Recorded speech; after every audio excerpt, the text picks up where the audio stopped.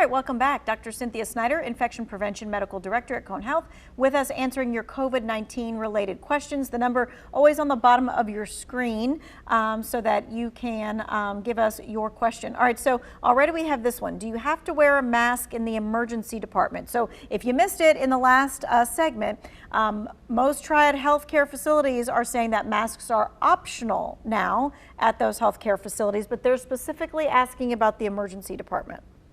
Yeah, so I think it really depends on the reasons why you're going to the hospital. If it's at all COVID related, the patient will be asked to mask.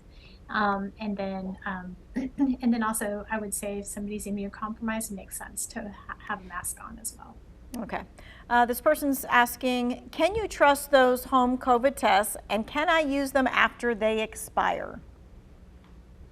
You can use you can trust those COVID antigen testing kits. And again, the accuracy improves if you're doing multiple tests, right? If you're still having symptoms, to do that second test. And in terms of comparing that to a PCR test, the PCR test is more sensitive. And then in terms of using an expired kit, you can look it up online. Some of them did push out their expiration dates, but it really is test kit dependent.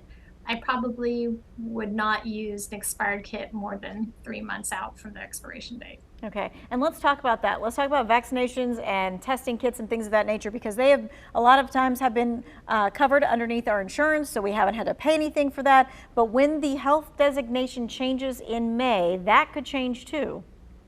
Right. So the Public Health Emergency Act, which during Trump's administration, they put like tons of money out, like gave out free vaccines, free test kits, free antivirals, and continued on obviously with the Biden administration. But now, since it's in that phase of ending, and the impact that it has on the individual, maybe on somebody that's uninsured, they may not have access to free vaccines or free kits, test kits anymore. Somebody who's insured may have more of a copay.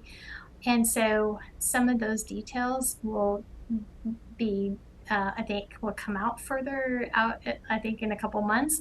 But I would say that if you haven't had your vaccine, or if your insurance company pays for test kits, it makes sense to get that done and grab a few of them to have a little bit of a stockpile at home. Right, and do that before the end of May for sure. All right, this question is, my last booster was in October of 22. Am I up to date, or should I be getting a booster every 6 months? That is the question that I get posed almost daily. I wish I had a crystal ball.